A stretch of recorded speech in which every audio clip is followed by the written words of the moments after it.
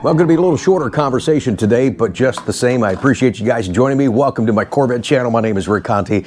You didn't know you were watching us on Tech Tuesday with Chuck and myself here on the channel, but Tuesday I was in New Mexico, and that is going to be our surprise for Sunday's Coffee with Conti. I went there to meet a guy I've met two guys that I haven't met before. One guy waited so long for his allocation, I just wanted to shake his hand, as I referenced many times in our send-off pats. And another guy, my gosh, I didn't realize, I think it is 20 plus years that we've known each other, and I got a chance to meet him and his family and his brother. It was just a great time. That is this Sunday show.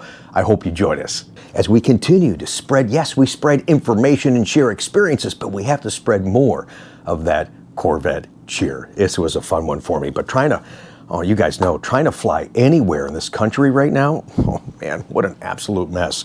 Speaking of mess, yes, we segue right into the conversation talking about 2024 Corvette ordering, the first and only cycle for January. A little bit of delay, we told you that. There was a big delay in November, no allocations for any Corvettes, and a small portion in December, and we told you that nothing in January until the end of January. This is the report letting us know what the quantities are, only the quantities for next week's cycle for 2024 Corvettes. And the week before the actual cycle starts, we usually get this big memo from Chevy on all of the Chevrolet products that we have, kind of talking about the product, the market, availability, things of that nature, promotions. I go through it here, Silverado stuff, Traverse, Blazer.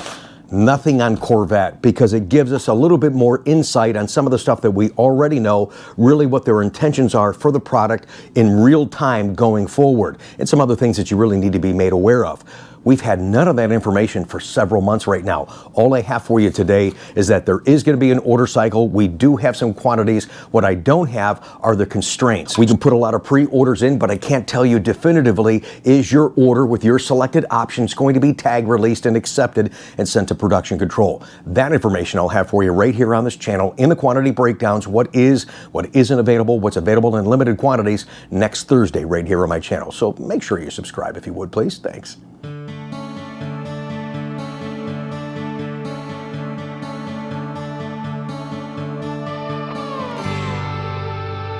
Scary. I can't wait to share this video with you guys on Sunday. Looking at the quantities, this much we know. There are allocations for Stingray. Great selection for Stingray. I'm probably going to have some open spots too, so if you're looking to order, email me. Information is up on the screen. Email me. We'll do what we can to get you in the queue, get you ready to go, and then find out next week if the constraints affect your order or if they allow them to be checkboxed, tagged, released, and sent to production control and get you a car for the spring. We can turn them that quickly now. Just depends on what you're ordering, but I'll walk you through that process. And I hope that these constraints don't affect your order, and I do appreciate the business opportunity. So thank you, you guys. Hit me up at that email address on the screen if you would, please. E-Ray, at least for us, and I'm assuming this is for the country, I've not had an opportunity since I got back from New Mexico late last night to find out other dealers if they got anything. I think this is going to be across the board again, still 0 allocations for E-Ray. And I anticipated, and the numbers reflect that, a good segment, a good availability for Stingray orders. I hope to work with you guys. Again, hit me up at that email address on the screen. Z06 is crawling right now. We are going to have a couple of Z06s to order next week. Again, we just don't know what we can order and what we can't order. Right now, it's really been the conversation about Z07 packages and getting the high wing. I'm hearing that that might be more readily available. If in fact it is, we'll talk about it on next Thursday. Here's my concern for transitioning, because I'm not looking at just today, what I have to look at today, but I'm looking down the road for me and for you guys, and to advise my customers that are coming into the marketplace. Because as we're approaching the end of 24, we're hearing it on good rumor information that there's a big change interior-wise, at least coming for the 2025 Corvette. So why is that a concern for me? One of two things could be happening, and here's how it can unfold. If we don't have enough parts, they could be ending 2024 production early. So the cycles that I think we have coming may never come because they want to get ready for 2025. Or maybe they have an abundance of parts and they extend 2024 production because nothing has been consistent with C8 when it comes to model year changeover. We're used to it happening in that June, July timeline. And I've always said, I wish that it would actually change over in the fall time. Then you're actually a little closer to the calendar year. You don't have cars coming out in the middle of the summer that are 6 months early, and you know the conversation. Sometimes it's a little tough. Due into the fall time, cars get released in September, October, and a couple of months later, it actually is 2025. So right now, where are we? We don't have that advanced data to share that with you. I wanted to throw that nugget of conversation out there with you. One thing that we do like to do, and we do it quite well sometimes, is get people talking about Corvettes. So there is a legit concern from my vantage point. Are we going to have an early cutoff for 24? Is it going to be business as usual? Is it going to be extended because of the 25 situation, because of the part situation? Where the heck are we? That is a story that is unfolding right before your very eyes, and we'll share that update as soon as we have it.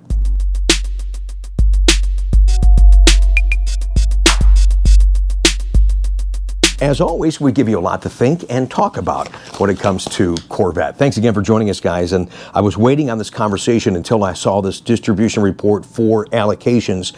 Still some concerns, legit concerns, but at the same token, there's still some good news. The Stingray is going to be great news. I've got one. I'm on my second one. If you've not gotten one yet, guys, it's a wonderful car. It's a great driving car.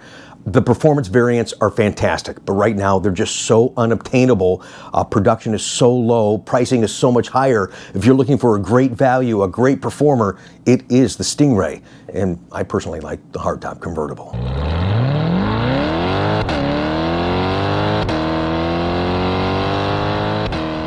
Thanks again for watching today, guys. I'm looking forward to talking to you. We're going to be really busy. I'll get back to those emails, text messages as fast as I can. It's all about business this next week, setting up for this order cycle. But I hope you guys get a chance to join me for Sunday's Coffee with Conti. It was so hard for me to coordinate where these clients were, so I didn't have to chase them around Albuquerque. I want you to meet these wonderful people this Sunday on my Coffee with Conti show. Have a great day. Thanks for joining us today. Let's get back to business.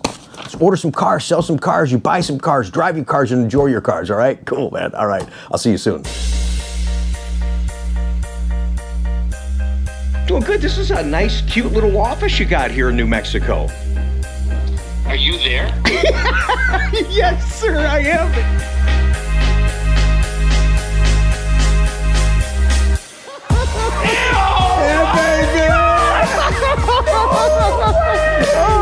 After all these years, I finally get a chance to meet your ass, man. Oh my God, I'm so happy to see you, bro. We're actually ending Coffee with Conti. We ended our dinner with coffee that was like the worst coffee I've ever had. It was the worst coffee. That shit was so bitter. It's like I actually like Starbucks over that crap. I don't know what was going on. Bad coffee. Food was great. The coffee sucked.